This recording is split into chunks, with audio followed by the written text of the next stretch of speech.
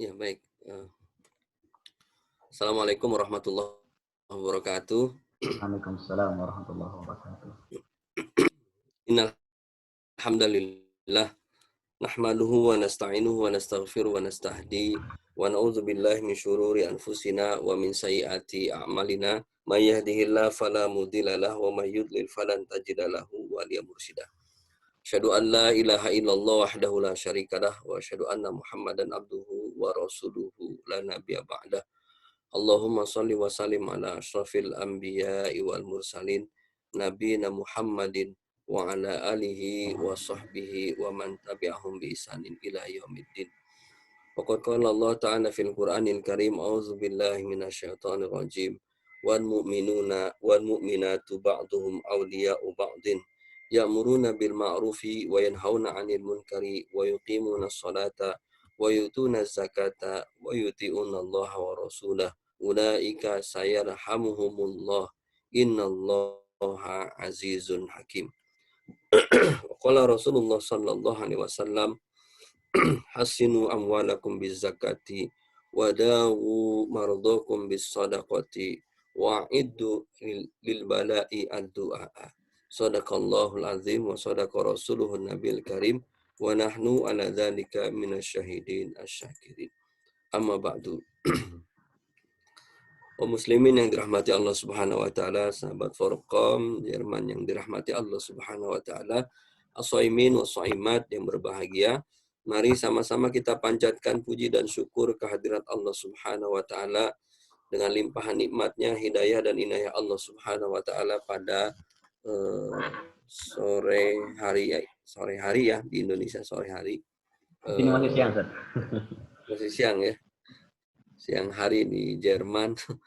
Puasanya panjang kayaknya. Allah Subhanahu wa taala memperkenankan kita semua untuk dapat bersilaturahim dalam majelis ini, dalam forum ini. Tentunya kita semua berharap keberkahan dari Allah Subhanahu wa taala. Di hari ini, di bulan Ramadan, memasuki paruh kedua bulan suci Ramadan, kita juga berdoa kepada Allah Subhanahu wa taala. Allah Subhanahu wa taala menerima puasa kita, Allah Subhanahu wa taala menerima sedekah kita, Allah Subhanahu wa taala menerima zakat kita, Allah Subhanahu wa taala menerima tilawah kita, menerima aktivitas kita, amal ibadah kita, dan menganugerahkan kepada kita semua Lailatul Qadri, serta menjadikan kita semua hamba-hamba yang bertakwa kepada Allah Subhanahu wa taala. Salawat dan salam semoga dilimpahkan kepada Nabi kita, Nabi Muhammad sallallahu alaihi wasallam. Ikhwati iman yang dirahmati Allah Subhanahu wa taala, rekan-rekan sekalian yang berbahagia, dalam kesempatan yang berbahagia ini saya diamanahkan untuk menyampaikan tema tentang fikih zakat. Saya lupa tadi diminta untuk memperkenalkan dulu ya. Saya Muhammad Suharsono. Saya tinggal sekarang ini di Bekasi, tepatnya di Jatisari, Jati Asih, Bekasi. Aktivitas saya sebelumnya saya di PKPU, kemudian HI, setelah spin off saya diamanahkan di Inisiatif Zakat Indonesia. Masih satu grup dengan Human Initiative. Aktivitas sekarang saya sebagai Biro Kepatuhan Syariah, Syariah Compliance, dan juga anggota Dewan Pengawas Syariah. Sudah berkeluarga, itu ya, cukup ya insya Allah. Baik, ikhwatiman yang dirahmati Allah Subhanahu wa taala. Kita hari ini akan mendiskusikan tentang fikih zakat. Jadi fikih zakat ini namanya fikih adalah memahami tentang zakat, dari mulai urgensinya, definisinya, urgensinya, sampai dengan perhitungannya seperti apa. Dan kalau tidak salah, agenda kita 2 kali pertemuan Di pertemuan berikutnya kita akan membahas tentang masorif zakat, tentang siapa sasaran penerima manfaat zakat. Karena zakat ini prinsipnya bukan diambil untuk dimiliki oleh lembaga lalu diinvestasikan, tapi diambil, dipungut, kemudian untuk didistribusikan. Pesan ini yang disampaikan oleh Rasulullah SAW kepada Mu'adz bin Jabal ketika Mu'adz diutus ke negeri Yaman. Maka Nabi SAW berpesan kepada Mu'adz, ya Mu'adz innahum ahlul kitab. Mu'adz, mereka itu ahlul kitab. Jika engkau sampai di sana, sampai di Yaman, maka a'limhum. Riwayat lain menunjukkan ud'uhum. Ajarkan mereka, dakwahkan mereka, syahadati la ilaha illallah. 2 kalimat syahadat, la ilaha illallah Muhammad Rasulullah. Wa inhum ata'u kalidzalik, jika mereka mentaatimu, mereka memahami kemudian melaksanakan seluruh konsekuensinya, maka a'limhum ud'uhum annallaha qad iftarada 'alaihim khamsu shalawatin fi kulli yaumin wa lailah. Ajarkan mereka Allah Subhanahu wa taala mewajibkan salat 5 waktu, mewajibkan salat 5 waktu sehari semalam. Wa inhum ata'u kalidzalik, kalau mereka memahami, mentaati, a'limhum, ajarkan Allah Subhanahu wa taala id qad iftaradu 'alaihim shadaqah tu'khadhu min aghniyaihim faturaddu 'ala fuqaraihim, bahwa Allah Subhanahu wa taala mewajibkan sedekah, yaitu mewajibkan zakat, yang diambil tu'khadhu, yang diambil dari harta orang kaya di antara mereka dan didistribusikan kepada orang-orang fakir di kalangan mereka. Dari hadis ini kita juga bisa mengambil kesimpulan Rasulullah SAW memberikan arahan kepada kita untuk ketika melakukan edukasi tentang taklim, tentang ta'alim ma'alimil Islam, ilmu tentang Islam, maka ajarkan dulu tentang akidah, tentang 2 kalimat syahadat, lalu diajarkan tentang sholat, sehingga sholat seseorang didasari atas pemahaman mereka, didasari atas keyakinannya, bukan didasari atas keikut-ikutan saja. Lalu setelah itu baru fase berikutnya ajarkan tentang zakat, bahwa Allah mewajibkan zakat kepada mereka yang kata Nabi SAW diambil dari orang kaya, hartanya didistribusikan. Jadi tu'khazu min aghniyaihim faturaddu wa turaddu, dikembalikan. Zakat itu dikembalikan. Jadi kalau ada lembaga diambil lalu dikembalikan, distribusi lagi. Bukan untuk memperkaya para amilnya, tapi untuk didistribusikan kepada para mustahiknya. Sehingga penting buat kita mengetahui apa itu zakat dan kemana penyalurannya. Insya Allah dalam 2 pertemuan ini kita akan sama-sama mengkaji hal tersebut. Saya mohon izin untuk share screen.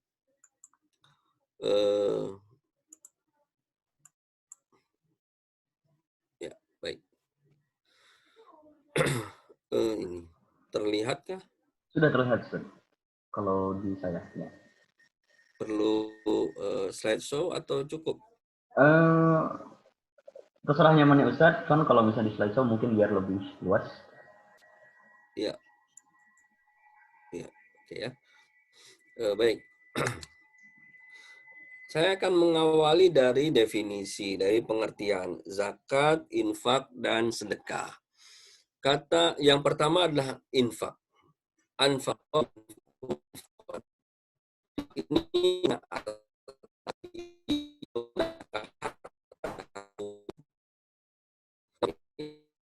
infak harus didasari oleh iman kepada Allah dan juga tujuan fisabilillah. Karena Subhanahu wa taala dalam Al-Qur'an juga menggunakan kata infak untuk orang-orang kafir. Salah satu contohnya adalah surat Al-Anfal ayat 36. Innalladzina kafaru yunfikuna amwalahum liyasuddu an sabilillah. Sesungguhnya orang-orang kafir itu menginfakkan harta mereka liyasuddu ansabillah, untuk mencegah jalan Allah. Jadi dalam Al-Quran Allah menggunakan infak terkadang untuk orang kafir, terkadang untuk orang yang beriman. Kalau untuk orang kafir itu cenderung untuk mencegah jalan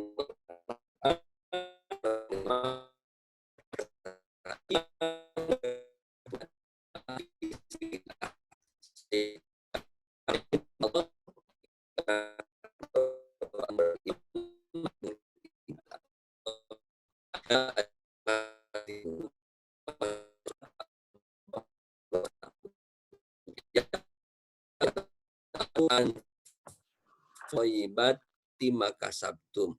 Wahai orang-orang beriman, wahai orang beriman, anfiqu min thayyibati makasabtum. Nafkahkanlah, infakkanlah sebagian harta.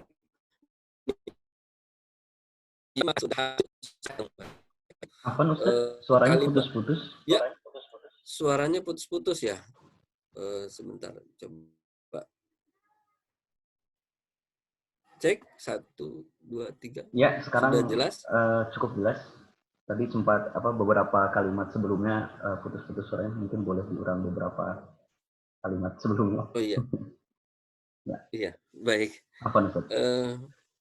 Iya, baik. Nanti diinformasikan saja kalau suaranya putus-putus. Saya kan sekarang sedang nanti biar diganti saya ada 2 jaringan internet, mungkin bisa saya ganti jaringan internet yang lain. Sekarang lagi Jadi lancar telepon, yang Ustaz. tadi yang saya ingin sampaikan bahwa Allah Subhanahu wa taala ketika menggunakan kata infak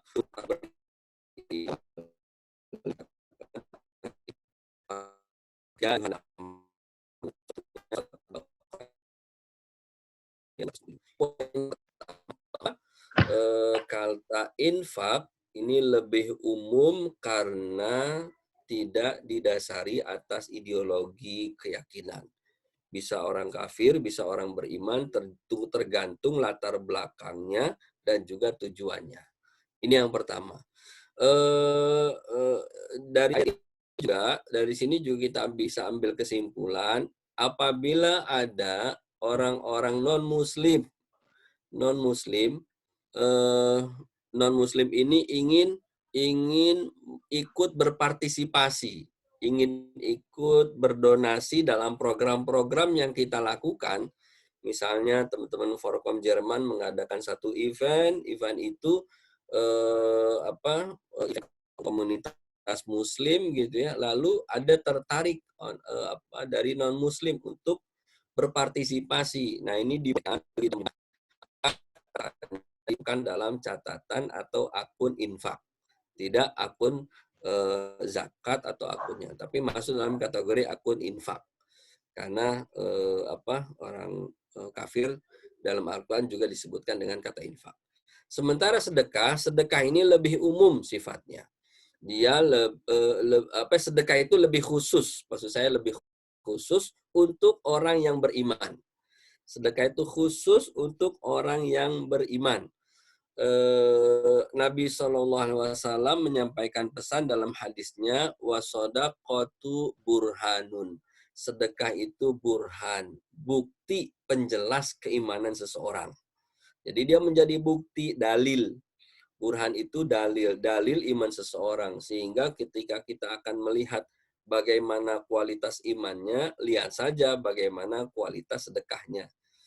Kualitas sedekahnya ya, bukan hanya kuantitas tapi kualitas sedekahnya.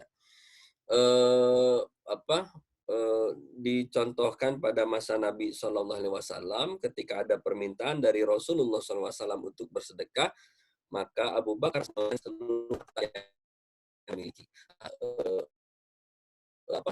dalam buku Tazkiyatun Nafs itu disebutkan oleh Syekh Said Hawa mengklasifikasi atau membuat level orang terkait dengan sedekah. Level yang paling tinggi sedekah 100%.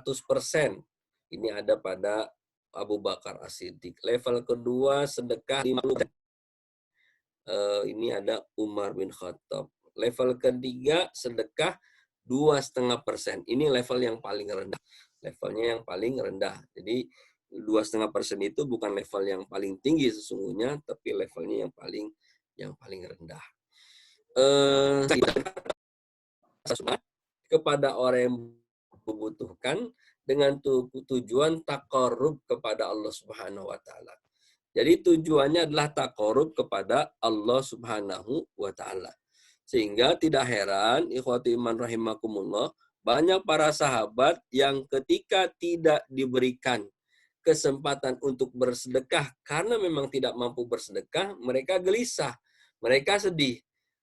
Hal ini terjadi pada masa Nabi Shallallahu Alaihi Wasallam. Sekelompok orang-orang miskin di Madinah berkumpul, kebanyakan mereka adalah orang-orang muhajirin.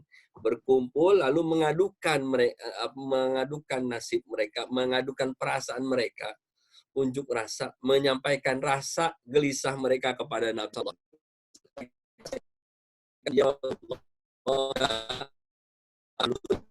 wahai Rasulullah, orang-orang cek suaranya putus-putus lagi. Apa nih Ustaz? Mungkin videonya bisa dimatikan ya. Jadi screen-nya saja dulu untuk Iya, benar. Baik. Iya. Oke. Cek 1, 2, 3, jelas? Ya, cukup jelas. Cukup ya. Ya. Baik. Jadi mereka datang kepada Nabi Shallallahu Alaihi Wasallam, lalu mereka menyampaikan, ya Rasulullah, orang-orang kaya itu banyak pahalanya.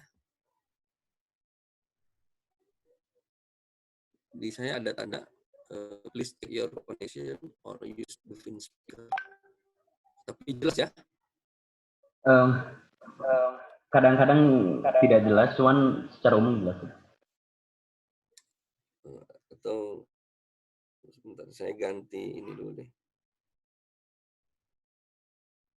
Tadi juga sempat seperti ini. Mereka datang kepada Rasulullah karena mereka gelisah tidak dapat bersedekah. Lalu, ya Rasulullah, ja'ahla dusuri bil ujur. Orang kaya itu datang dengan banyak pahala. Mereka sholat sebagaimana kami sholat, yasumuna kama nasum. Yusoluna kama nusolli, yasumuna kama nasum, wa yatasaddaquna bifuduli amwalim. Tapi mereka bersedekah dengan kelebihan harta mereka. Jadi poinnya adalah orang kaya bisa bersedekah, sementara orang miskin tidak bisa bersedekah. Ini yang membuat gelisah orang-orang miskin. Nabi Muhammad SAW kemudian memberikan saran, memberikan arahan kepada mereka orang-orang miskin tersebut dengan menyampaikan afikul litasbihatin sodaqoh wa kulli tahmidatin sodaqoh wa kulli tahlilatin sodaqoh wa kulli takbiratin sodaqoh. Bukankah setiap tasbih, tahmid, tahlil, dan takbir itu merupakan sedekah?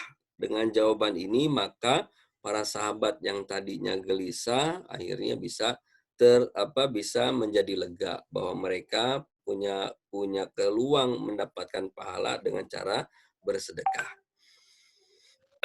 Kemudian ikhwati iman yang dirahmati Allah Subhanahu wa taala, tapi hadis ini jangan dijadikan dalil untuk orang kaya yang tidak mau sedekah dengan alasan bahwa kita juga bisa sedekah sama seperti mereka, cukup dengan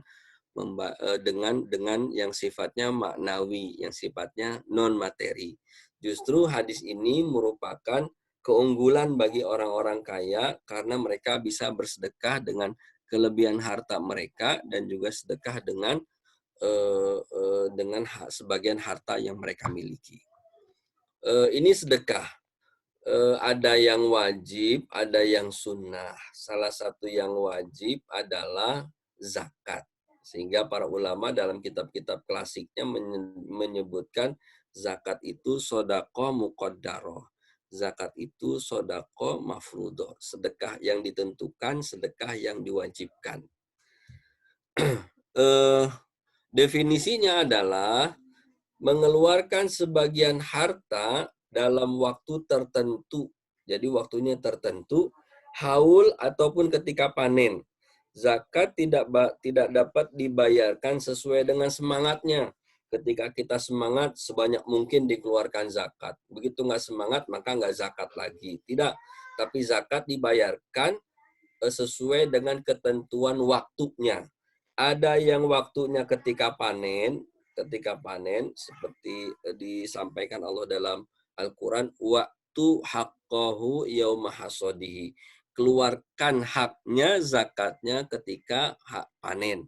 Atau menunggu haul 1 tahun. Jadi hartanya disimpan sampai dengan 1 tahun, setelah 1 tahun baru dikeluarkan zakatnya. Jadi harus seperti itu. Atau juga itu zakat harta. Kalau zakat jiwa atau zakat fitrah, maka harus di bulan suci Ramadan. Jadi waktunya tertentu. Tidak boleh zakat fitrah dibayarkan di luar bulan suci Ramadan. Dia harus dibayarkan hanya di bulan Ramadan saja. Di luar Ramadan maka tidak masuk dalam kategori zakat. Karena ilat sebab hukum zakat itu yang pertama adalah karena puasa, yang kedua adalah karena Id. Karena berbuka, karena hari raya. Ini yang dia harus waktu tertentu. Kemudian zakat itu pada nilai tertentu, tarifnya tarif tertentu. 2,5%, 5%, 10%, 20%. Jadi zakat itu tarifnya tertentu. Lebih boleh enggak? Boleh saja lebih. Yang wajibnya sudah ditunaikan, kelebihannya masuk dalam kategori sedekah. Kurang boleh tidak? Tidak boleh kurang. Lebih boleh, kurang nggak boleh gitu. Sama dengan bayar zakat fitrah. Ketentuannya zakat fitrah itu misalnya 35.000. Ternyata bayar 50.000. Boleh nggak? Boleh. 30.000-nya masuk zakat, sisanya 15.000 masuk kategori sedekah gitu. Jadi ini tertentu. Ikhwati iman yang dirahmati Allah Subhanahu wa taala, kalau kita lihat nilai-nilai dalam zakat 2,5, 5, 10 dan 20, ini berbanding lurus dengan effort dalam mendapatkan harta, dengan tenaga, biaya, kemudian tenaga, biaya pikiran, waktu yang dikeluarkan seseorang untuk mendapatkan hartanya. Jika tenaga, biaya, waktu, pikiran itu besar, effortnya besar, maka mikdarnya, nilainya kecil. Begitu juga jika effortnya kecil, maka nilainya besar. Karenanya zakat hasil perdagangan, perhiasan emas, profesi itu tarifnya 2,5%. Karena memang untuk mendapatkan harta, maka upayanya juga harus keras gitu, tenaganya, waktunya, kemudian yang lainnya itu harus dilakukan semaksimal mungkin. Adapun kalau misalnya effortnya kecil, misalnya rikas barang temuan, maka zakatnya besar 20%. Kenapa orang belum mendapatkan tanpa ada usaha apa-apa, maka tarifnya juga besar. Dan zakat itu harus didistribusikan untuk sasaran tertentu, untuk asnaf tertentu. Fakir, miskin, amil, mu'allaf, riqab, gharim, fi sabilillah, dan ibnu sabil. Ini kita akan jelaskan pada pekan berikutnya. Jadi definisi zakat ini definisi yang mengikat dan mencakup semua hal. Mengeluarkan sebagian harta pada waktu tertentu, kemudian dengan nilai tertentu dan didistribusikan kepada kelompok tertentu. Ini zakat. Dalam Islam, zakat itu dalam Islam bukan hanya sekedar wajib. Sebelumnya saya bedain lagi persamaan perbedaan zakat, infak, dan sedekah. Tiga-tiganya keempat sumber dana umat Islam ini dari sebagai donasi sosial. Yang wajib hanya zakat, yang lainnya sunnah. Kalau alokasi dari sisi sumber alokasinya, seluruhnya boleh dibagi habis, pokok dan benefitnya. Sementara wakaf yang boleh digunakan hanya hasilnya saja, adapun pokoknya dibiarkan. Zakat dalam Islam tidak hanya sekedar kewajiban, tapi zakat dalam Islam juga masuk kategori rukun. sama seperti rukun Islam yang lainnya, seperti syahadat, sholat, puasa, dan juga berhaji. Sama ketentuannya, karena dia rukun. Sesuatu yang aslun sawabit maklum minaddin bidoruro. Sesuatu yang harus diketahui oleh umat Islam. Harus diketahui oleh umat Islam. Zakat ini. Zakat fitrah, semua harus tahu. Ada kewajiban zakat fitrah.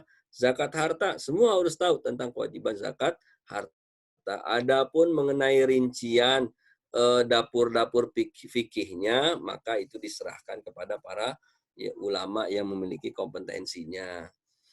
Tapi secara prinsip zakat ini merupakan rukun, bukan hanya sekedar wajib, tapi dia rukun. Dari sisi sosial, apabila zakat tidak ditunaikan, maka efeknya adalah berdampak pada kemadorotan yang besar. Kemadorotan yang besar. Apabila zakat tidak ditunaikan, maka efeknya, dampaknya akan mendapatkan kemadorotan yang sangat besar. Karena bisa jadi orang miskin ini yang tadinya bisa makan, maka ia tidak bisa makan. Kenapa? Karena orang kaya tidak bayar zakat. Orang miskin yang tadinya ia bisa bisa membeli baju untuk bisa memakai baju tertunda juga. Orang miskin yang tadinya dia bisa punya rumah, bisa tinggal di tempat gitu ya, di rumah, maka terhalang juga karena orang kaya tidak mau bayar zakat. Atau orang miskin yang tersandra di rumah sakit tidak bisa melunasi biayanya, dia akhirnya tidak bisa keluar dari rumah sakit karena orang kaya tidak ada yang bayar zakatnya. Sehingga dampaknya menjadi sangat berbahaya.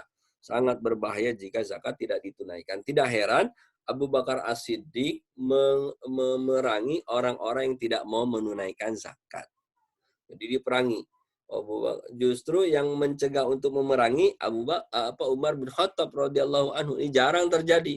Biasanya yang sekali udah hancurin semua itu Umar, tapi sekarang Umar yang menang. Jangan diperangi, mereka juga telah bersyahadat kepada Allah Subhanahu wa taala. Lalu kata Abu Bakar As-Siddiq, "Lau mana'uni iqalan laqataltumuhum." Kalau mereka masih mau juga, masih tidak mau membayar zakat, maka saya yang akan memerangi mereka. Gitu kata Abu Bakar As-Siddiq radhiyallahu anhu. Ini jadi kedudukannya sangat penting. Dia harus dilakukan, harus ada. Belum lagi kalau secara potensi di Indonesia ini 271 triliun. Yang terkumpul baru 8 triliun di Indonesia. Secara makosid zakat hukumnya wajib gitu ya, menurut kaidah makosid. Maka tingkat pentingnya target yang ingin dicapai berskala sangat penting, strategis, dan doruriyat. Di antara makosidnya adalah membantu dan memberdayakan duafa, mencukupi kebutuhan para duafa. Kemudian kita lihat urgensi zakat dalam Islam. Bahwa yang pertama urgensinya adalah zakat itu indikator akidah yang sehat. Jadi kalau mau lihat akidahnya baik, maka lihat penunaian zakatnya. Itu bisa dilihat dalam surat Luqman ayat 3 sampai dengan ayat 5. Allah menyampaikan pesan, hudan wa rahmatan lil muhsinin alladzina yuqimuna sholata wa yu'tuna zakata wa hum bil akhirati hum yuqinun. Ulaika ala hudamir rabbihim wa ulaika humul muflihun. Dalam ayat ini Allah mengatakan bahwa Al-Quran itu petunjuk rahmat bagi orang-orang muhsinin, orang-orang muslimin, orang-orang yang berbuat baik. Ayat yang lain, Al-Quran itu petunjuk bagi orang-orang yang bertakwa. Siapa mereka? Alladzina yuqimuna sholata, yang mendirikan sholat, wa yu'tuna zakata, kemudian menunaikan zakat. Wahum bil akhirati hum yuqinun. Dan mereka terhadap hari akhir mereka mempercayainya, mereka meyakininya. Kalau sudah itu semua, maka mereka akan mendapatkan petunjuk dari Rabb mereka, dan juga mereka itulah orang-orang yang berbahagia. Jadi orang yang mendirikan sholat, orang yang menunaikan zakat, itu orang yang senantiasa mendapatkan petunjuk dari Allah Subhanahu wa Ta'ala, dan juga senantiasa orang yang berbahagia. Jadi orang yang sholat, orang yang zakat itu termasuk orang yang berbahagia. Jadi kalau orang yang nggak sholat, dia nggak bayar zakat, dia gelisah. Karena hartanya menguasai tubuhnya, menguasai pikirannya, menguasai akal sehatnya. Sehingga kemana-mana was-was, hartanya hilang. Dalam ayat yang lain, surat Fussilat ayat 6 dan 7, Allah menyampaikan pesan, Wailul lil musyrikin, celakalah orang-orang musyrik. Siapa orang musyrik itu? Yaitu orang-orang yang alladzina la yu'tuna zakata wa hum bil akhirati hum kafirun. Kita lihat kalimatnya. Kita bandingkan kalimat yang ini dengan kalimat sebelumnya. Kalau yang sebelumnya itu orang musim itu yang mendirikan sholat, menunaikan zakat, dan mereka yakin terhadap hari akhir. Sementara surat Fussilat, mereka yang tidak menunaikan zakat, langsung tidak pakai sholat lagi, tidak menunaikan zakat, wahum, dan mereka bil akhiratihum kafirun. Mereka mengingkari adanya hari akhir. Ini yang membedakan antara orang yang beriman dengan orang-orang musyrik. Definisi kita mungkin musyrik itu apa? Musyrik itu orang yang menyembah kepada selain Allah, orang yang menyembah berhala, orang yang percaya pada selain Allah, itu artinya musyrik. Dalam ayat ini Allah mengatakan termasuk musyrik adalah orang yang tidak mau bayar zakat karena dia tidak yakin dengan adanya hari akhirat. Orang yang bayar zakat, orang yang yakin dengan adanya hari akhir. Ini bedanya. Jadi kalau orang yang zakat tuh orang yang yakin ada hari akhir. Kalau yang nggak bayar, dia nggak yakin dengan adanya hari akhir. Kenapa? Karena menganggap harta itu akan membuat dia kekal. Padahal ketika hidup di dunia, semuanya akan hilang semuanya. Kecuali yang diserahkan kepada Allah Subhanahu wa taala. Bahkan yang harta yang kita miliki sesungguhnya adalah harta yang kita keluarkan. Adapun harta yang tersisa setelah kita wafat, ada sisa-sisa harta, itulah yang akan dibagikan kepada ahli waris. Jadi kita nggak akan bawa apa-apa gitu. Khotimah yang dirahmati Allah Subhanahu wa taala, ini yang pertama. Yang kedua, zakat juga salah satu yang mendapatkan kebahagiaan. Kalau tadi di ayat 5 surat Luqman, ulaika humul muflihun. Nah, itu mendapatkan kebahagiaan. Dia disebutkan, ditegaskan kembali dalam surat Al-Mu'minun. Qad aflahal mu'minun. Sungguh telah berbahagialah orang-orang yang beriman. Siapa orang beriman itu? Alladzina hum fi sholatim khashi'un. Mereka orang-orang yang sholatnya khusyuk. Walladzina hum 'anil lagwi mu'ridun. Dan mereka terhadap hal-hal yang sia-sia mereka tinggalkan. Walladzina hum lizzakati fa'ilun. Dan mereka menunaikan zakat. Jadi yang menunaikan zakat itu sesungguhnya masuk kategori orang yang berbahagia, orang yang bahagia. Dan kita lihat memang kenyataannya orang yang bayar zakat itu orang-orang yang bahagia. Sementara orang yang menahan-nahan zakatnya, maka dia orang yang khawatir aja terus gitu. Kemudian berikutnya, orang yang bayar zakat, dia akan mendapatkan rahmat Allah Subhanahu wa taala. Allah menyebutkan wal mu'minuna wal mu'minatu ba'duhum awliya'u ba'din ya'muruna bil ma'rufi wa yanhauna 'anil munkari wa yuqimuna sholata wa yutuna zakata wa yuti'una Allaha wa rasulahu ulaika sayarhamuhumullah innallaha azizun hakim. Kata Allah dalam Al-Qur'an, dan orang-orang beriman, laki-laki dan perempuan, sebagian mereka kepada sebagiannya saling tolong-menolong, bantu-membantu, memerintahkan dalam kebaikan, mencegah dalam keburukan, dalam yang munkar. Wa yuqimuna sholata, mereka mendirikan sholat, menunaikan zakat, taat kepada Allah dan Rasulnya. Mereka itulah yang akan diberikan rahmat oleh Allah Subhanahu wa taala. Innallaha azizun hakim. Baik, urgensi berikutnya, zakat juga dapat membersihkan harta dan mensucikan jiwa. Orang yang bayar zakat, maka hartanya bersih-bersih dari apa disebutkan oleh Allah Subhanahu wa taala dalam Al-Qur'an, wa fi amwalihim haqqun lisaili wal mahrum. Dan dalam harta mereka terdapat hak bagi orang yang minta-minta dan orang-orang yang miskin. Haknya ditunaikan dulu, itu haknya ditunaikan dulu. Setelah haknya ditunaikan, diberikan kepada orang-orang miskin, sehingga yang sisanya adalah yang dikonsumsi oleh seorang muzaki.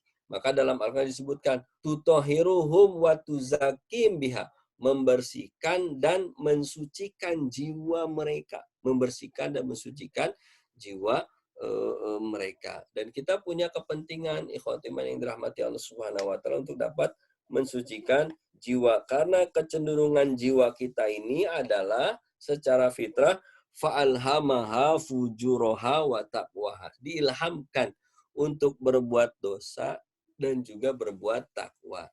Berbuat taat juga berbuat maksiat. Ada kecenderungan itu semua. Qad aflaha man zakkaha wa qad khaba man dassaha. Berbahagialah orang-orang yang mensucikannya, rugi orang yang membiarkannya dalam keadaan kotor. Sehingga kita harus membersihkan harta kita dan mensucikan jiwa kita. Belum lagi yang berikutnya, bahwa dalam jiwa kita ini ada sifat kikir gitu. Jadi kalau kita berzakat, maka kita akan menghilangkan sifat negatif yang seperti pelit gitu. Di Al-Quran disebutkan, Qul law antum tamlikuna khazainu rahmata rabbi la amsaktum khasyatal infaqi wa kanal insanu qaturo. Katakanlah, kalaulah kalian memiliki pembendaraan rahmat dari Rob kalian, dari aku, Robku, kata Allah Subhanahu wa taala, idzal amsaktum, pasti akan kamu tahan semua khasyatal infak, karena takut berinfak. Jadi tabiatnya itu kalau misalnya punya harta, tabiatnya nggak mau dibagi-bagi gitu. Wa kanal insanu qaturo, karena manusia tabiat aslinya adalah qaturo, pelit, medit gitu ya, kopet, koret. Itu tabiat aslinya. Bahkan ditegaskan lagi dalam Al-Quran, wa uhdiratil anfus asyuhu. Telah dihadirkan dalam jiwa manusia suhun. Suhun ini apa? Suhun itu dia pelit. Cuma bedanya dengan bakhil itu, kalau suhun itu, kalau kikir atau pelit, bakhil, dia tidak mau memberi, maka efeknya hanya untuk individu, tidak berdampak kepada apa-apa. Tapi kalau ini dia tidak mau memberi, nggak mau ngasih, tapi ingin memiliki barang milik orang lain. Nah itu, sehingga kita lihat kalau anak-anak kita itu yang masih kecil-kecil, ketika dia usianya sudah ada balita, cenderung ingin menguasai barang milik temannya dan tidak mau berbagi. Nah, ini tabiat aslinya nih. Tabiat aslinya manusia kayak begini. Oleh sebab itu kita harus bersihkan itu semua. Minimalisir. Karena kemungkinan untuk menjadi hilang juga ada. Seperti dalam Al-Quran surat Al-Hasyr ayat 9. Wa mayyuqa syuhha nafsihi faulaika humul muflihun. Kalau terbebas dari sifat suhud, maka mereka itulah orang-orang yang beriman. Diawali tentang kisah antara Muhajirin dan Ansor, yang mereka itu keadaannya la yajiduna fi sudurim hajatan mimma utu wa yu'thiruna ala anfusihim walau kana bihim khassasah. Mereka nggak punya kepentingan terhadap saudara-saudara mereka yang mereka berikan bantuannya, walaupun, dan mereka lebih prioritaskan saudara mereka, walaupun sebenarnya mereka juga membutuhkan. Perlu sih, tapi biarlah mereka lebih awal, mereka lebih dulu. Ini sehingga bebas dari sifat suhun. Kemudian juga terakhir tentang urgensi zakat, terbebas, terpelihara dari para pendosa, daripada pencuri. Nabi menyampaikan pesan, hasinu amwalakum bizzakati wadawu mardokum bisodakoti. Peliharalah harta kalian dengan zakat, obatilah orang-orang sakit dengan sedekah, dan siapkanlah doa untuk menghadapi malapetaka. Baik, ada zakat harta, ada zakat fitrah atau zakat jiwa. Saya sesinya sampai jam berapa kalau boleh tahu? Eh, sebetulnya apa namanya 90 menit. Kalau misalnya tadi mulai dari jam ini masih ada setengah jam lagi. Cuman nanti ada Udah tanya 90 jawab. menit sama tanya jawab ya? Ya, itu sudah sama tanya jawab. Jadi apa namanya Oke. nanti eh, ya nanti diselesaikan aja tertafadhol. Masih Ya, ada waktu siap. kok. Ya, siap. Turun. Baik, zakat dibagi dua. Ada zakat fitrah atau zakat jiwa, zakatun nafsi, zakat apa sehingga sering kita zakat itu per jiwa gitu. Ada juga zakat harta atau zakat mal. Kita awali dengan zakat fitrah. Zakat fitrah itu sesuai dengan hadis Nabi. Hadisnya banyak sekali disebutkan. Salah satu di antaranya adalah diriwayatkan muttafaqun alaihi, riwayat Imam Bukhari dan Imam Muslim dari Ibnu Umar. Ibnu Umar berkata, "Faradha Rasulullah sallallahu alaihi wasallam zakat al-fitri." Rasulullah sallallahu alaihi wasallam mewajibkan zakat fitrah min Ramadan di bulan Ramadan. Ini menunjukkan takhid dibatasi hanya di bulan Ramadan saja. Muqayyad. Jadi muqayyadnya itu mengikat hanya ada di bulan Ramadan. Nabi mewajibkan zakat fitrah hanya di bulan Ramadan. So'an min tamrin au so'an min syairin. Satu so itu sesuai dengan peraturan Menteri Agama nomor 52 2014. Satu so itu sama dengan 2,176 kilogram atau dibulatkan menjadi 2,5 kilogram atau 3,5 liter dikonversi 3,5 liter. Dari apa? Dari tamer atau syair. Tidak disebutkan di sini rus atau beras, tapi dibolehkan membayar dengan beras karena Karena tamer dan syair ini merupakan makanan pokok dari orang-orang Arab. Sementara di kita makan kurma bukan menjadi makanan pokok. Jangankan jadi makanan pokok, jadi menu berbuka puasa aja jarang kalau di Indonesia mah. Sunnahnya itu kurma, wajibnya itu gorengan gitu kalau di sini mah, dari mulai bala-bala, macam-macam lah, lontong gitu, segala macam, sehingga banyak variannya dalam berbuka puasa. Jadi di Indonesia pembayaran zakat fitrahnya boleh dengan beras. Siapa yang wajib? Yang wajib anak laki-laki, perempuan, hamba sahaya, orang merdeka, anak kecil dan juga orang dewasa. Nah, ukurannya 2,5 kilo. Saat ini jamaah sekalian, saat ini di Indonesia terdapat perbedaan pendapat di para ulama, khususnya di provinsi-provinsi. Ada yang menetapkan zakat fitrah ukurannya lebih dari 2,5 kilo. Ada kemarin saya dapat konsultasi, ada yang 2,8 kilogram, ada yang 3 kilogram. Ini saya harus ikuti yang mana? Yang 2,8, yang 3 kilo, atau yang 2,5 gitu. Karena beda-beda pendapat. Perbedaan itu muncul karena keinginan untuk memastikan nilai satu sok sama dengan berapa. Dan ini saya dan teman-teman sedang mengkaji, mengkalibrasi ukuran-ukuran sok yang ada, yang beredar di masyarakat, dikalibrasi di Badan Meteorologi. Mudah-mudahan kalau sudah selesai bisa kita lihat hasilnya, nilainya berapa, sehingga bisa disepakati, disampaikan ke Komisi Fatwa agar menetapkan secara seragam zakat fitrah di Indonesia ukurannya berapa.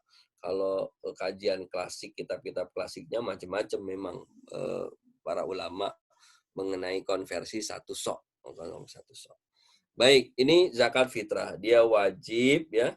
Waktunya boleh sejak hari Ramadan. Apalagi sekarang kondisi wabah pandemi COVID-19 ini, Majelis Ulama juga sudah menyampaikan membolehkan mempercepat pembayaran zakat fitrah agar segera bisa dimanfaatkan oleh para mustahik. Batas maksimalnya adalah seseorang melaksanakan sholat id. Siapa saja yang membayar setelah sholat, maka dianggap sedekah biasa. Siapa saja yang membayar sebelum sholat, maka masuk kategori zakat yang diterima. Berikutnya adalah zakat harta. Apa itu zakat harta? Zakat yang dikenakan atas harta yang dimiliki seseorang, syarat dan ketentuan berlaku. Syarat harta wajib zakat. Ini syarat wajib zakat yang bayarnya. Imam Abu Hanifah memperketat atau menambahkan syarat balik. Syarat balik orang dewasa, sinu tamyiz, umurnya usia bisa membedakan benar dan salah, gitu kan. Ini bisa dilihat di Fikih Islam wa Adillatuhu Syekh Wabah Zuhaili. Sementara imam-imam yang lain tidak mempersyaratkan syarat balik atau dewasa. Contoh kasusnya misalnya ada anak yatim ini punya harta, dia mengelola harta, tapi dia belum dewasa, hartanya dikelola oleh omnya. Nah, yang demikian ini kasusnya berbeda pendapat para ulama. Bagi yang Imam Abu Hanifah mempersyaratkan balik. Kemudian kriteria harta wajib zakat harus milik sempurna hartanya. Artinya seseorang dapat mengambilnya, memilikinya, mendistribusikannya, atau mengambil manfaat dari harta tersebut. Jika tidak, maka belum milik sempurna. Sehingga harta yang digadaikan oleh seseorang, dia belum masuk kategori harta milik sempurna karena digadaikan. Dia nggak jadi milik sempurna. Atau premi asuransi, dibayarkan, nilainya mencapai nisab, lebih dari nisab, tapi karena dia premi asuransi punya syarat ketentuan berlaku, maka tidak masuk kategori milik sempurna. Kalau diambil, maka dianggap menggugurkan, membatalkan syarat keikutsertaan asuransinya. Kemudian nisab, standar minimal harta wajib zakat. Syarat yang berikutnya adalah 1 tahun haul bagi sebagian harta, sebagian lagi tanpa ada haul, tapi ketika panen. Kemudian yang keempat adalah harta yang halal, harus dipastikan. Apalagi prinsip dalam undang-undang ditambahkan harus memastikan sumber hartanya harta yang halal. Harus dari harta yang berkembang. Ikhwati iman yang dirahmati Allah Subhanahu wa taala, dulu pada masa Nabi Shallallahu alaihi wasallam tidak ada seorang sahabat yang menyewakan hartanya untuk sahabat yang lain. Dia sewain rumahnya, dia sewain untuk kendaraannya untuk didapatkan keuntungan hasil. Jadi pendapatan dia nggak ada. Zaman sekarang banyak orang yang punya aset lalu diinvestasikan, akhirnya menghasilkan. Rumahnya nilainya 1 miliar, disewakan setahun 200 juta, dan seterusnya. Sehingga ini menjadi objek baru dalam zakat. Begitu juga zakat yang diistilahkan zakat profesi atau zakat pendapatan. Sekarang kalau dulu orang mendapatkan harta dari beternak, berdagang, bertani, kemudian perhiasan, sekarang ia bukan peternak, ia bukan petani, ia bukan pedagang, tapi ia punya penghasilan. Ia punya penghasilan, pendapatan atas jasa yang dia miliki. Seorang notaris, dokter, karyawan, dan lain sebagainya. Yang hasilnya bisa jadi melebihi pendapatan para petani, sehingga muncullah zakat pendapatan,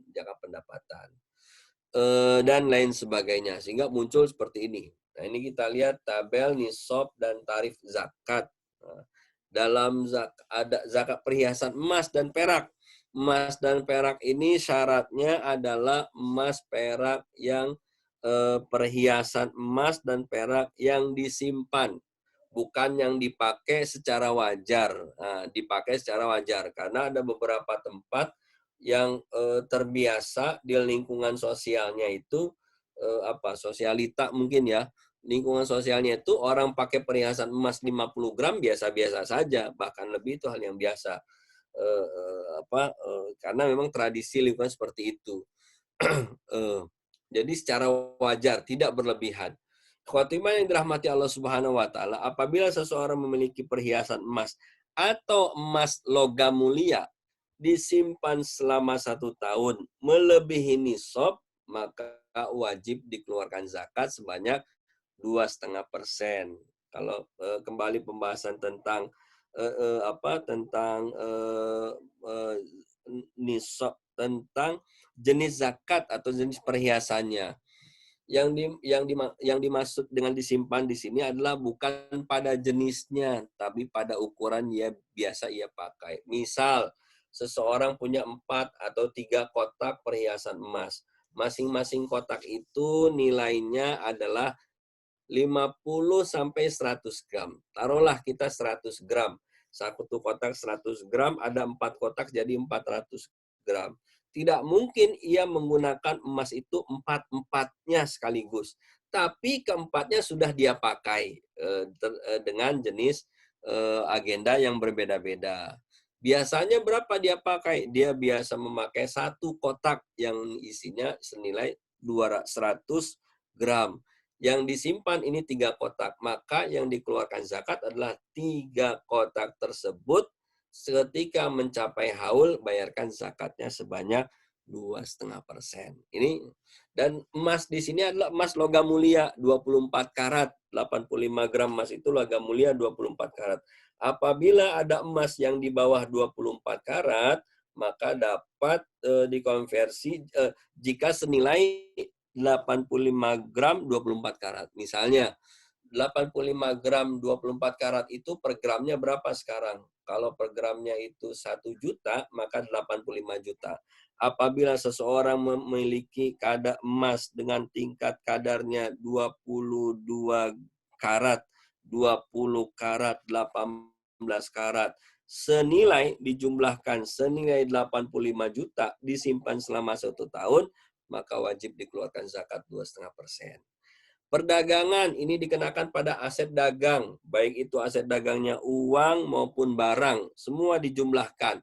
Setelah dijumlahkan, kalau barang ini berapa barang yang belum terjual, dihitung HPP-nya, harga pokoknya, harga awalnya, berapa harganya. Kalau sudah ketemu ada harganya, dijumlahkan barang yang belum terlaku dijual tersebut, ditambah uang cash ataupun yang ada di bank. Kemudian setelah itu kewajibannya apa saja ketika membayar zakat? Karyawan, listrik, pajak, dan lain sebagainya, tunaikan semua. Sisanya, khotimah yang dirahmati Allah Subhanahu wa Ta'ala, jadi sisa dari jumlah aset dikurangi kewajiban jangka pendek ini, kalau melebihi nisab, keluarkan zakat sebanyak 2,5%. Usahanya syaratnya sudah mencapai 1 tahun.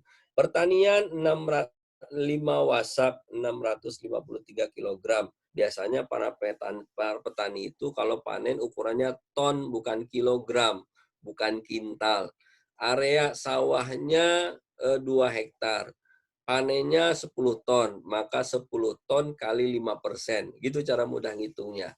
Barang tambang maupun rikas, ini beda pendapat, tapi ini lewat saja. Kemudian pendapatan atau profesi atau penghasilan.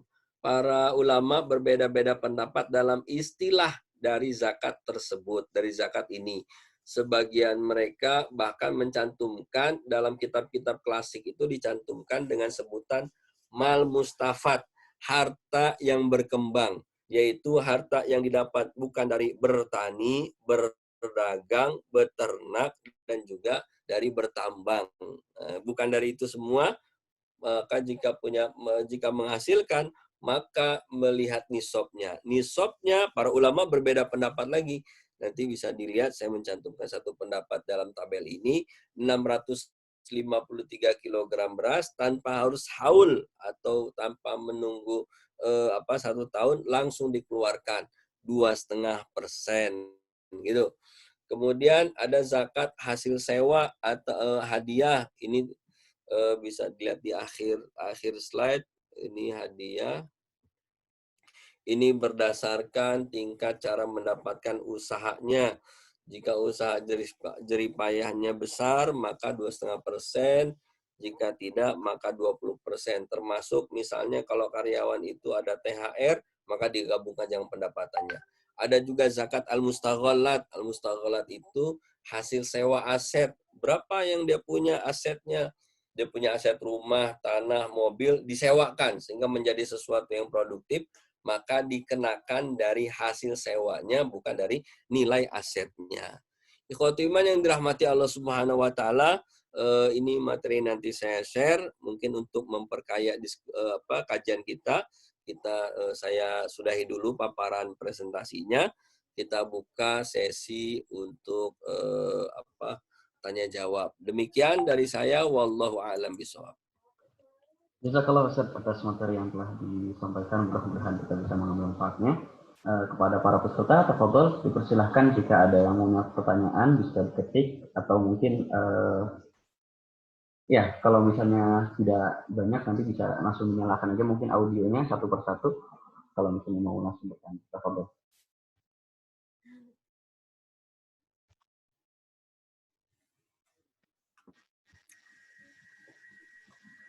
Ustaz, di sini ada satu pertanyaan. Assalamualaikum Ustaz, izin bertanya via chat dari Irfan. Saya pernah dengar perbedaan pendapat terkait keberadaan zakat profesi. Apa latar belakang yang menyebabkan hal itu? Pertanyaan penasaran saya, bagi yang mengambil pendapat bahwa tidak ada zakat profesi, berarti mereka tidak bayar zakat. Apakah secara logika itu tidak adil? Ya, baik. Yang menjadi mendasar perbedaannya adalah kita terjebak dalam istilah dengan mengatakan bahwa zakat profesi itu tidak ada pada masa Nabi. Zakat penghasilan tidak ada pada masa Nabi. Terjebak pada istilah di zakat profesinya. Yang kedua juga kita terjebak pada sumber pendapatan harta pada zaman Nabi dengan pada masa sekarang. Tadi sempat saya singgung, pada zaman Nabi tidak ada orang yang menyewakan pada zaman Nabi tidak ada orang yang menyewakan rumahnya kemudian dia mendapatkan penghasilan. Nggak ada zaman Nabi. Tapi zaman sekarang sudah mulai ada gitu kan. Apakah sesuatu yang tidak ada zaman Nabi lalu di sekarang tidak bisa dilakukan? Ini berkaitan dengan berkaitan dengan dapur fikih yang memang diskusinya adalah ranah fuqaha. Dalam Islam itu dalil ada dalil nakli, ada dalil akli. Dalil nakli itu dalil yang dinukil dari Al-Qur'an, dari hadis Rasulullah SAW, asar para ulama, pendapat para fuqaha dan lain sebagainya. Adapun dalil akli itu ada yang namanya qiyas, analogi. Qiyas atau analogi. Nah, ini dengan adanya qiyas atau analogi, ini yang menyusun buku usul fikih pertama kan Imam Syafi'i ya. Dengan adanya qiyas, maka memudahkan umat Islam dalam melaksanakan perintah Allah Subhanahu wa taala. Misalnya begini. Secara teks dalam teks hadis zakat fitrah itu tidak ada beras. Tidak ada beras. Lalu bagaimana kita bayar zakatnya? Apakah harus dengan kurma atau dengan gandum? Akan lebih sulit. Dan saya pernah termasuk yang dikomplain oleh seseorang dengan mempertanyakan keabsahan zakat dengan beras, bahkan dengan uang. Alasannya apa? Dalam hadis Nabi tidak ada kata-kata rus atau beras. Hadis Nabi itu cuma mencantumkan tamer, kemudian syair, atau burin. Bur itu biji-bijian. Jadi rus itu nggak ada. Jadi dikembalikan kepada teks aslinya. Teks hadisnya yaitu dengan kurma atau dengan gandum. Kalau gandum tidak mungkin, maka dengan kurma.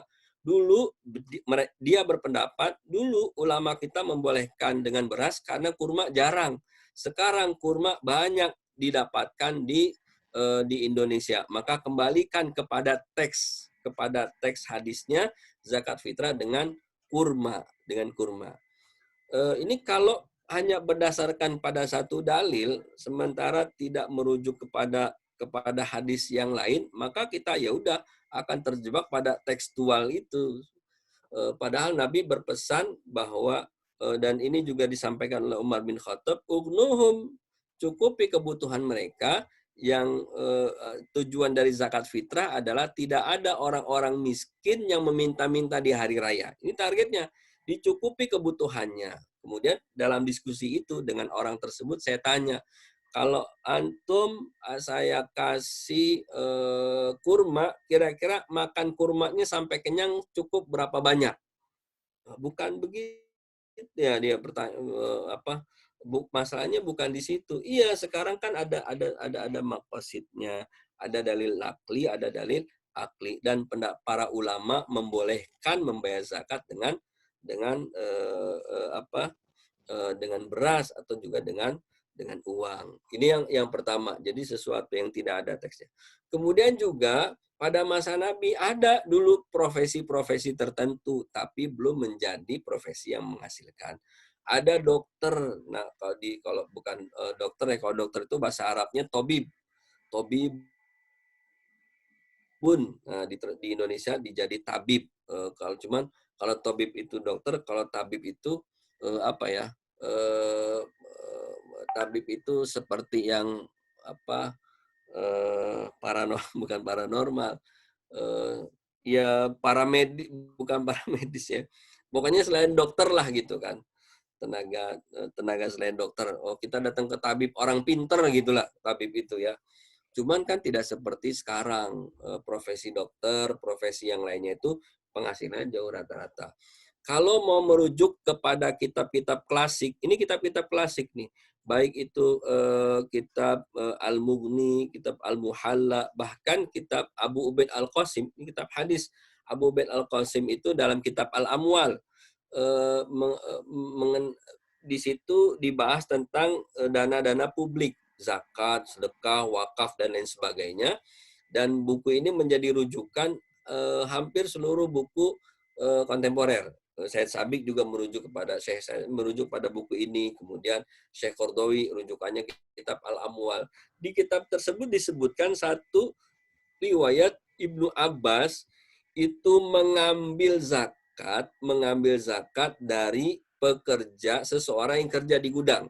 Begitu dia dapat gaji, lalu diminta zakatnya 2,5%. Tapi belum ada istilah zakat profesi. Nah, itu. Jadi karena kita terjebak di profesinya, seolah-olah ya nggak ada, ya udah nggak ada gitu kan. Padahal substansinya sudah dilakukan sejak masa tabi'in. Sudah terjadi itu pada masa tabi'in, masa Umar bin Khattab pun itu sudah dilakukan pemungutan profesi. Cuma istilahnya mal mustafad. Syekh Said Sabik menyebutnya juga dengan kata mal mustafad, bukan zakat kasbul amwal gitu. Sehingga seolah-olah Syekh Qardawi ini yang membuat istilah zakat yang baru, substansinya padahal sama. Syekh Muhammad bin Shalih Al-Utsaimin dalam kitabnya At-Tasaulat juga menyampaikan ini kitab ini bicaranya tentang konsultasi. Jadi ada seseorang yang bertanya, ya Syekh, saya ini kerja dan setiap bulan mendapatkan gaji. Apakah saya wajib menunaikan zakat? Lalu Syekh Al-Utsaimin rahimahullah menyebutkan bahwa pendapatannya ditunggu sampai haul 1 tahun. Jika mencapai nisab, maka keluarkan zakat 2,5%. Beliau menyebutnya zakat mal, bukan zakat profesi. Ya, apapun istilahnya, substansinya sama.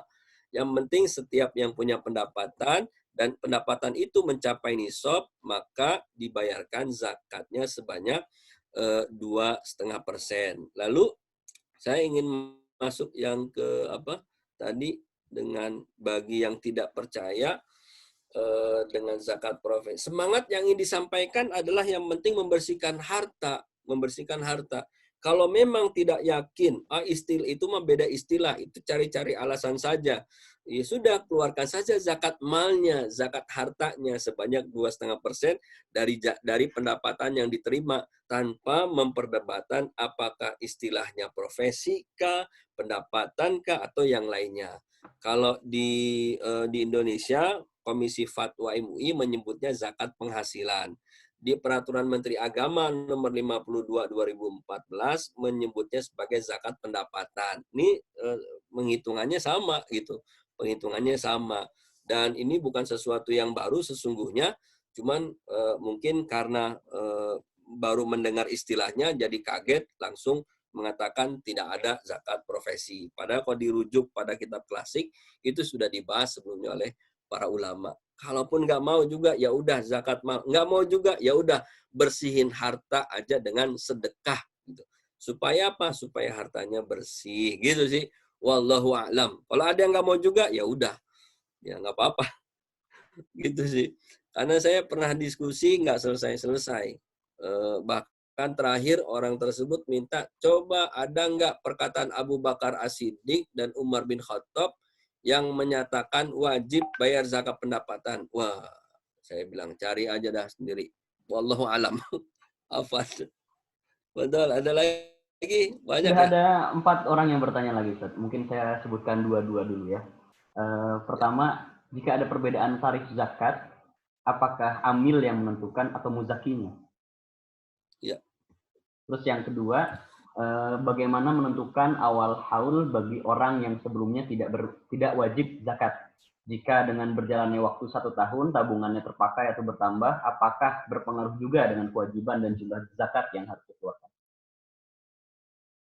Ya. Yang pertama, jika ada perbedaan tarif. Perbedaan tarif ini biasanya jarang terjadi ya. Sependek yang saya tahu itu, tarif itu kan, ini bayarnya 2,5%, apa 10, apa 5%, itu jarang terjadi tuh. Perbedaan tarif. Kalaupun ada perbedaan pendapat, maka antara muzaki dengan amil bisa mendiskusikannya, bisa mencari jalan tengahnya, bisa menyampaikan argumentasinya masing-masing, disepakati secara musyawarah mana yang lebih mana yang lebih maslahah, mana yang lebih manfaat, mana yang lebih benar secara dalilnya. Jika memang pendapat amil lebih kuat, maka merujuk pendapat amil. Jika pendapat muzaki yang lebih kuat, maka bisa merujuk kepada pendapat muzaki, gitu, sesuai dengan jenis hartanya, gitu ya. Ini bisa dikonsultasikan. Kemudian yang kedua berkaitan dengan yang belum pernah menentukan haul. Maka ini bisa dua macam penentuannya. Yang pertama, kita menentukan haul sejak awal tabungan, sejak awal menabung. Apakah tabungan kita itu sudah mencapai nisab atau belum ketika pertama menabung, ini bisa kita tentukan. Misalnya masuk tabungan itu mulainya di bulan Ramadan. Ini belum sampai, tapi kita tentukan. Nanti kalau sampai Ramadan yang akan datang, maka udah 1 tahun haul gitu. Bisa dengan cara seperti itu. Sehingga begitu sampai haulnya Ramadan depan, dilihat jika sudah sampai nisab atau belum. Atau bisa juga dengan cara menentukan kapan tabungan tersebut mencapai nisab. Jadi selama ini belum sampai terus gitu ya. Kapan nih sampai nisab? Begitu ternyata bulan Muharram baru sampai nisab, maka Muharram ke depan kita bisa lihat kira-kira masih mencapai nisab atau tidak setelah 1 tahun. Cara mengeluarkan tabungan yang mudah adalah ketika pas haul langsung melihat kepada saldo di akhir haul tersebut. Misalnya saya punya tabungan akhir haulnya 15 Ramadan.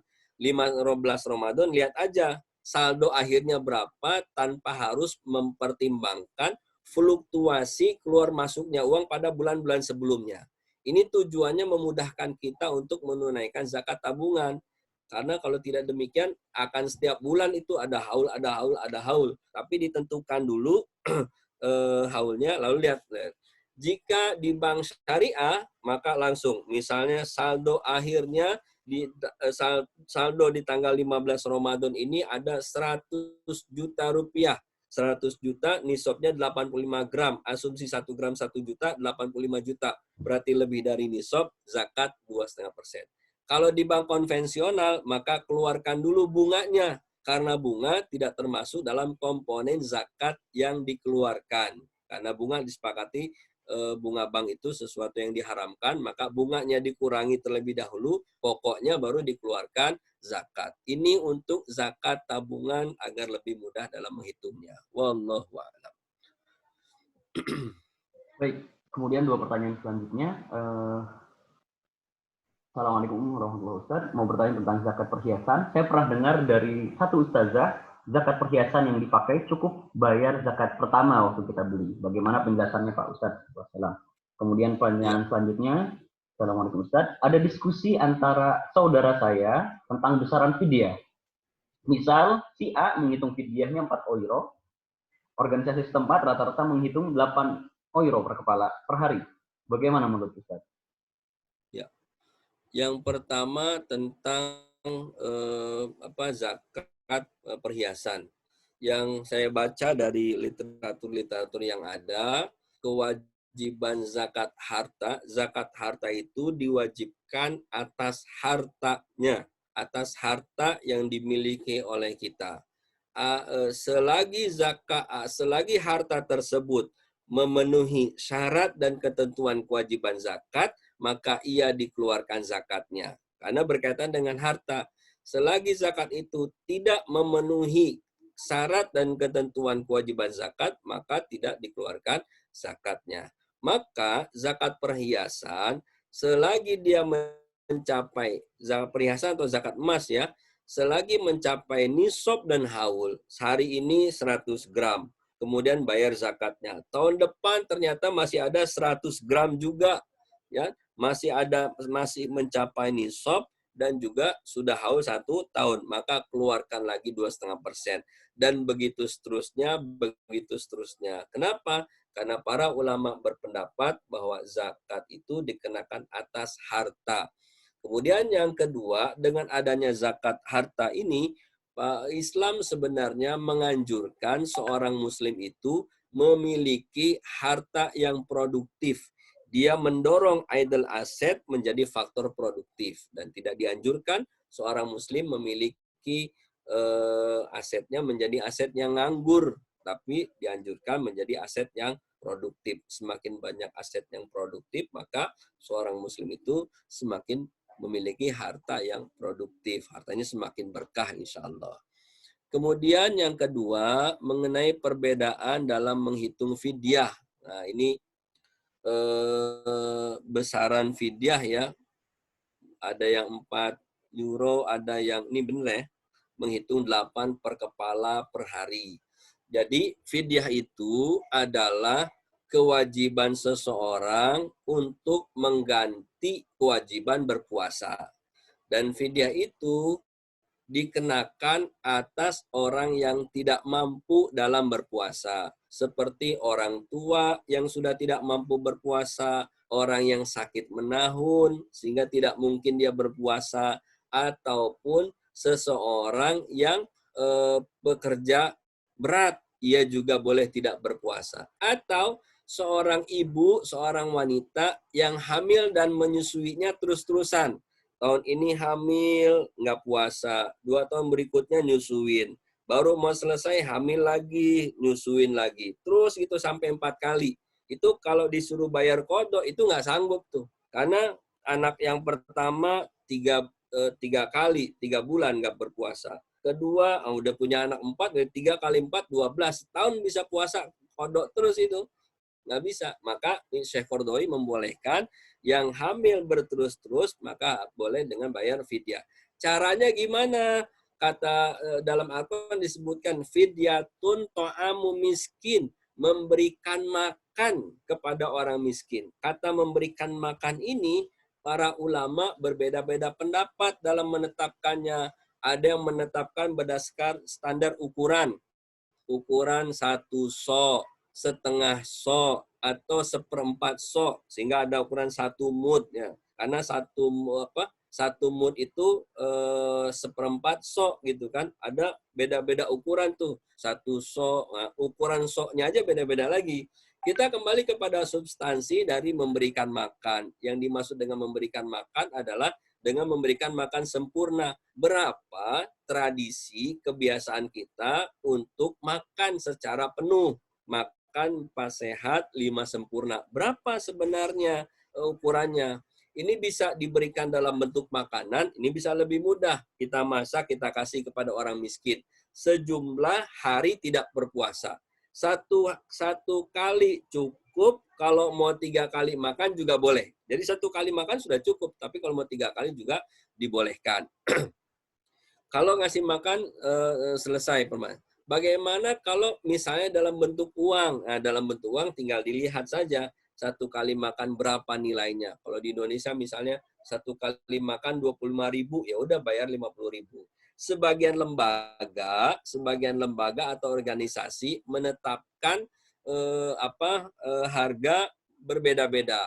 Ada yang menetapkan harganya sesuai dengan standar yang paling tinggi, ada yang menetapkan harganya yang tengah-tengah. Kalau misalnya ternyata lembaga tersebut menetapkan harga yang tinggi, sementara orang tersebut sebenarnya harganya yang tengah-tengah, boleh dia ikut di harga yang paling tinggi.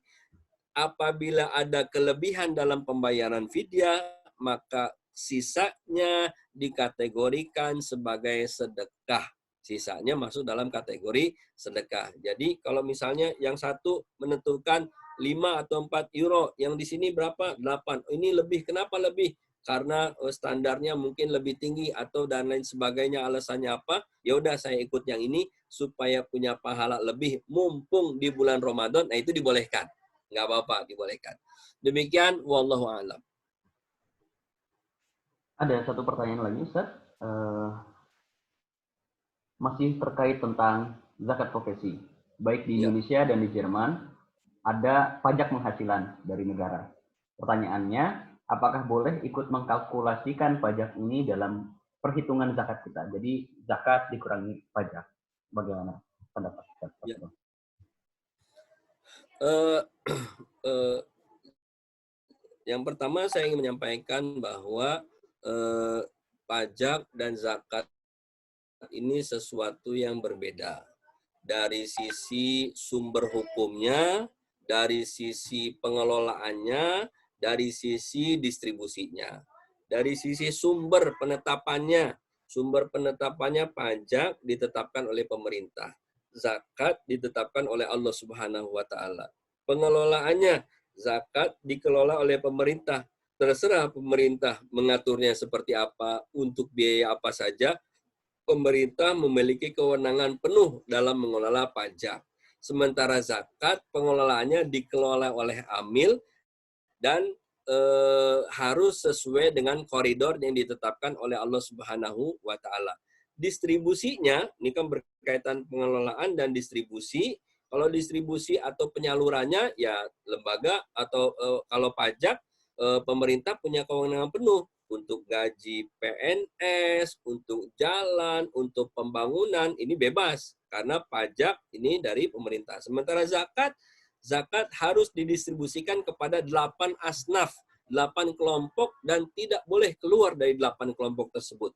Apabila sengaja, maka hukumnya dosa. Ada konsekuensi dosa dari Allah Subhanahu wa taala. Bahkan kalau di Indonesia itu ada peraturan Menteri Agama, keputusan Menteri Agama, bahkan keputusan Dirjen Bimas Islam yang mengkhususkan mengatur para penerima zakat. Ini yang pertama. Jadi dia berbeda. Sehingga penunaiannya pajak ditunaikan kepada pemerintah, zakat ditunaikan sebagai kewajiban seorang muslim, hak Allah Subhanahu wa taala. Ini haknya hak Allah Subhanahu wa taala, diserahkan semuanya.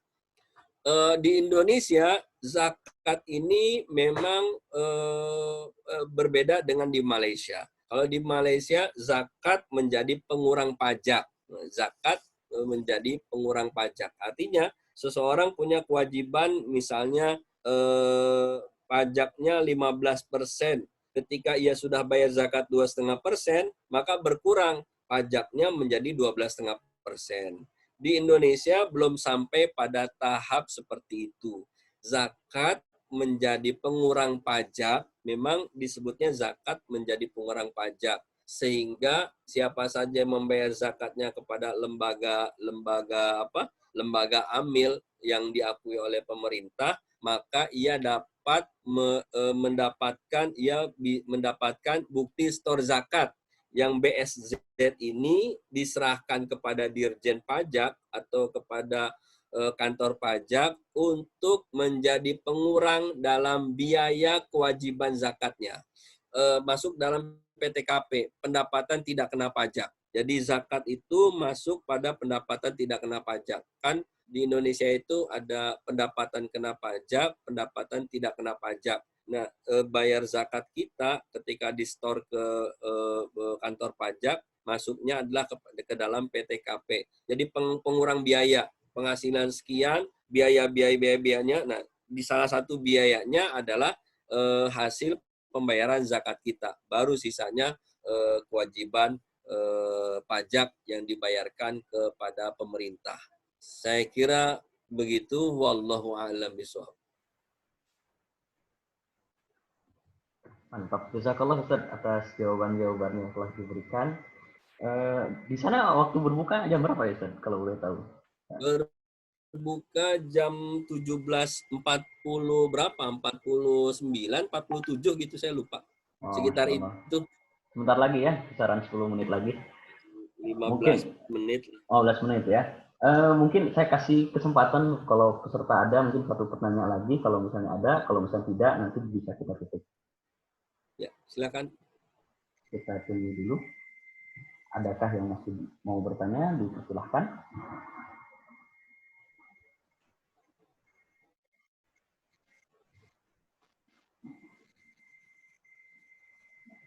Ya, mungkin kalau kelihatannya tidak ada pertanyaan lagi, kalau begitu mungkin kita bisa tutup pertemuan kali ini. Saya ucapkan terima kasih kepada Ustadz atas ilmu yang telah diberikan. Mudah-mudahan kita bisa bermanfaat bagi kita bisa menunaikan zakat dengan benar dan semangat untuk bersedekah, terutama sekarang di bulan Ramadan. Saya ucapkan juga terima kasih kepada para peserta, juga khairan juga.